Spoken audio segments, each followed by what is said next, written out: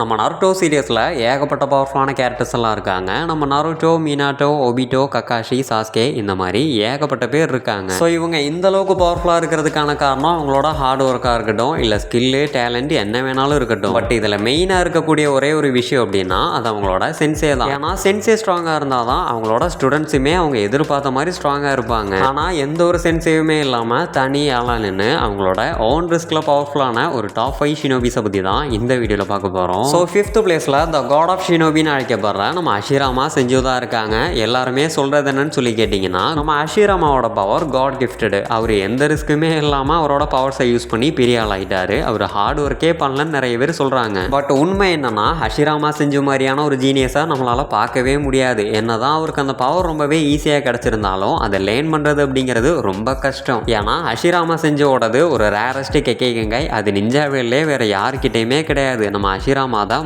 மொத யூஸ் பண்ண ஒரு व्यक्ति. அப்படி இருக்கும் போது அவராக தான் அதை கற்றுக்கணுமே தவிர நம்ம அஷிராமாக்கு வேற யாராலுமே டீச் பண்ண முடியாது. இங்கே நம்ம நோட் பண்ண வேண்டிய ஒரு விஷயமே இதுதான். பொதுவாகவே நம்மக்கிட்ட ஒரு பவர் இருக்கிறத தாண்டி அதை நம்ம எப்படி கையாளுறோம் அப்படிங்கிறதுல தான் நம்ம மதிப்பே அடங்கி இருக்கு. ஃபார் எக்ஸாம்பிளுக்கு நம்ம கிட்ட இப்போ ஒரு சூப்பர் பவர் இருக்குன்னு வச்சுக்கோங்க. அதை நம்ம நல்லதுக்கு யூஸ் பண்ணுறோமா இல்லை கெட்டதுக்கு யூஸ் பண்ணுறோமா இல்லை யூஸ் பண்ணாமல் தண்டமாக இருக்கோமா, ஸோ இதை பொறுத்து தான் நம்ம மதிப்பே அடங்கி இருக்கு. ஸோ அந்த விதத்தில் யாரோட ஹெல்ப்புமே இல்லாமல் தனியாலாம் நின்று காட் லெவல் பவர்ஸ் அச்சீவ் பண்ணவரால் தான் த காட் ஆஃப் ஷினோபி நம்ம அஷிராமா செஞ்சு. இனி 4th பிளேஸில் தைஜுட்ஸோட கிங்கான த ரெட் பீஸ்ட் மைட் காய் தான் இருக்காரு. நம்ம எல்லாத்துக்குமே தெரியும் மைட் காய்க்கு சென்சே அப்படிங்கிற ஒரு ஆள் கிடையவே கிடையாது. ஸோ என்னதான் மைட் காயோட ஒரு ஃபாதர் நல்ல ஒரு டீச்சராக இருந்தாலும் இந்த 8th கேட் இப்படி தான் ஒர்க் ஆகுது அப்படின்னு சொல்லி காமிச்சிருப்பாரே தவிர அவரால் அதை டீச் பண்ண முடிஞ்சிருக்காது. ஏன்னா அதுக்குள்ளே அவர் இறந்து போயிருப்பாரு. ஸோ அது மட்டும் இல்லை, இந்த 8th இன்னர் கேட்டை யாராலையும் யாருக்குமே டீச் பண்ண முடியாது. அவங்களோட ஓன் ரிஸ்கில் இதை கற்றுக்கிட்டாதான் உண்டு. ஸோ அப்படி கற்றுக்கணும் அப்படின்னாலும் கூட நீங்கள் நம்ம மைட் காய், ராக்லி மாதிரி வாழ்க்கை ஃபுல்லாக ட்ரைனிங் எடுத்து பாடி மசிலை கல்லாக்கினா மட்டும்தான் முடியும். ஏன்னா இது ஒரு சக்கரா பேஸ்டு ஜுட்ஸு கிடையாது. ஈஸியாக கற்றுக்கிறதுக்கு ரொம்பவே டிஃபிகல்ட்டான ஒன்று. பட் அப்படியெல்லாம் இருந்தாலும் யாரோட ஹெல்ப்புமே இல்லாமல் இந்த 8th இன்னர் கேட்டை மாஸ்டர் பண்ண ஒரே ஒரு ஆள் அப்படின்னா அது நம்ம மைட் காய் அப்படின்னு தான் சொல்லி ஆகணும். ஸோ 3rd பிளேஸில் த காட் ஆஃப் கென்ஜுட்ஸுன்னு அழைக்கப்படுற நம்ம இட்டாச்சி உச்சியா தான் இருக்கான். உச்சியா கிளான்லேயே யாருமே யூஸ் பண்ணிடாத ஒரு சில ஜுட்ஸுவை கூட நம்ம இட்டாச்சி அசால்ட்டாக யூஸ் பண்ணியிருப்பான். ஸோ அப்படியாப்பட்ட நம்ம இட்டாச்சிக்குமே சென்சே கிடையாது. நம்ம ஷிசுயே நல்ல ஒரு பிரதராக இருந்து நம்ம இட்டாச்சியை பார்த்துக்குவான், எல்லாமே சொல்லி கொடுத்துருப்பான். அதுக்காக அவனை சென்சேவாக சேர்த்துக்க முடியாது. ஏன்னா அஃபிஷியலாக எந்த ஒரு சென்சேவுமே மென்ஷன் பண்ணதில்லை. அதனால் நம்மளால் ஷிசுயை சொல்ல முடியாது. ஸோ எந்த ஒரு சென்சேவுமே இல்லாமல் செம ஸ்ட்ராங்காக இருந்திருப்பான் நம்ம இட்டாச்சி. அதை நம்ம சீரியஸ்லேயே பார்த்துருப்போம்.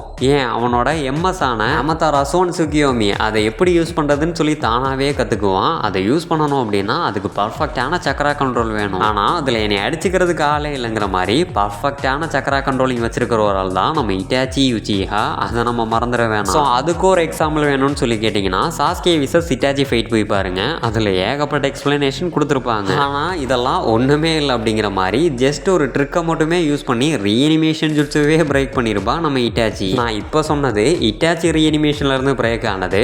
பட் இட்டாச்சி ரீஅனிமேஷன் ஜுட்ஸுவை ரிலீஸ் பண்ணது ஒக்காமக்கா வேற லெவல் அப்படின்னு தான் சொல்லி ஆகணும். ஸோ அதுக்கான காரணமே யார் என்ன நினச்சாலும் ஏன் என்னை புதைச்சாலும் கூட இந்த ரீஅனிமேஷன் ஜுட்ஸுவை ரிலீஸ் பண்ண முடியாதுன்னு சொன்ன கபூட்டோவை வச்சு ரீஅனிமேஷன் ஜுட்ஸுவை ரிலீஸ் பண்ண வச்சிருப்பான் நம்ம இட்டாச்சி. அதுவும் ஈசனாமி யூஸ் பண்ணி. இந்த இடத்துல நம்ம நோட் பண்ண வேண்டிய ஒரு விஷயம் என்னன்னா, ஈசனாமி யூசர்ஸோட ஸ்டோரியை மட்டுமே கேட்டுட்டு தான் அவன் இந்த இடத்துல ஈசனாமி யூஸ் பண்ணியிருப்பான். அதை நம்ம மறந்துட வேணாம். ஸோ இனி 2nd பிளேஸில் த கோஸ்ட் ஆஃப் தி உச்சியாவான நம்ம மதரா உச்சியா தான் இருக்காரு. நம்ம மதரா அஷிராமா இவங்க 2 பேருமே ஒரே மாதிரி தான். ஏன்னா 2 பேத்துக்குமே சென்சே இல்லை. ஆனால் காட் லெவல் பவர்ஸை அச்சீவ் பண்ணியிருப்பாங்க. ஆனால் இதில் என்ன ஒரு ஹைலைட்டான விஷயம்னு சொல்லி பார்த்தீங்கன்னா, மீதி இருக்கிற எல்லா ஷினோபிஸுமே ஒரு ஜுட்ஸுவை கற்றுக்கிட்டு அதை ப்ராக்டிஸ் பண்ணி இதை நம்ம மாஸ்டர் பண்ணிட்டோம்னு சொல்லி கன்ஃபார்ம் பண்ணதுக்கப்புறமா தான் வார்லேயே வந்து ஃபைட் பண்ணுவாங்க. ஆனால் நம்ம மதரா சைடு வந்தீங்க அப்படின்னா அவர் வாரில் ஃபைட் பண்ணி தான் ஒவ்வொரு ஜுட்ஸுவுமே கற்றுக்குவார். ஸோ இனி அதவா மதராவோட அப்பா அவருக்கு ஹெல்ப் பண்ணியிருந்தாலும் கூட அதெல்லாம் யூஸ்லெஸ்ன்னு தான் சொல்லி ஆகணும். ஏன்னா நம்ம கற்றுக்கிறது ஒன்றா இருந்தாலும் வாரில் எக்ஸ்பீரியன்ஸ் பண்ணுறது வேற ஒன்று. அதனால தான் அப்படி சொன்னேனே. இனி இதில் நம்ம மதரா ஃபர்ஸ்ட் டைம் இஎம்எஸை ப்ரொசஸ் பண்ணி நிஞ்சாவேல ஃபர்ஸ்ட் டைம் பர்ஃபெக்ஷனை போட்ட ஒரு ஆளும் கூட. ஸோ அது கூடவே சேஜ் ஆஃப் 6 பாத்ஸ்க்கு அடுத்ததாக அவரோட ஓன் டிஸ்கில் ரினேகனுமே அவைக்கன் பண்ணியிருப்பாரு. அதுதான் இங்கே ரொம்ப பெரிய விஷயமும் கூட. பட் இதெல்லாம் ஒன்றுமே இல்லை அப்படிங்கிற மாதிரி டென்டில்ஸ் ஃபார்ம் அட்டன் பண்ணி ரீஅனிமேஷன் ஜுட்ஸுவை பிரேக் பண்ணி பேக் டு லைஃப் வந்து என்னென்னமோ தலைமை செஞ்சு விட்டுட்டு போயிருப்பான். சொன்னால் சொல்லிக்கிட்டே போகலாம். ஸோ அடுத்ததான் என்னென்னு பார்க்குறதுக்கு முன்னாடி ரொம்பவே கம்மியான விலையில் ப்ரீமியமான ஃபோன் கேசஸ்லாம் நீங்கள் கேட்குற மாடலில் உங்களுக்கு பிடிச்ச டிசைன்லேயே கஸ்டமைஸ் பண்ணிக்கலாம். ஸோ இது அனிமேக்கன் மட்டும் கிடையாது. நீங்கள் எந்த ஃபோட்டோ கேட்குறீங்களோ நம்ம அதவே உங்களுக்கு ஃபோன் கேஸாக மாற்றி கொடுத்துருவோம். ஸோ ஸ்க்ரீனில் கொடுத்துருக்க வாட்ஸ்அப் நம்பரை மறக்காமல் காண்டாக்ட் பண்ணுங்கள். நம்மக்கிட்ட எல்லா விதமான ஃபோன் மாடல்ஸுமே அவைலபிளாக இருக்குது. ஸோ ஃபைனலாக நம்பர் 1ல் த செகண்ட் ஹோகாகேவான நம்ம டொபிராமா செஞ்சுதான் இருக்கார். நம்ம அஷிராமா அண்ட் மதரா இவங்க கேட்டகரியில் சேர்ந்தவர் தான் இவரும். ஏன்னா வெறும் 1-2 ஜுட்ஸு மட்டும் இருந்த காலத்தில் உச்சியா சாடியோட அழிப்போம் அப்படின்னு சொல்லிட்டு பண்ணாரா இல்லை ஏன் பண்ணார்னே தெரில. கிட்டத்தட்ட 2000 ஜுட்ஸு கிட்ட கிரியேட் பண்ணி விட்டுட்டு போயிருப்பான் மனுஷன். இதில் அவர் கிரியேட் பண்ண முக்கால்வாசி இதுவுமே ஃபேவரட் ஜுட்ஸு தான். அதில் நம்ம பார்த்த ஒரு சில ஜுட்ஸு தான் இந்த FTG ரீஅனிமேஷன் இந்த மாதிரி ஒரு சில ஜுட்ஸூஸ் எல்லாமே.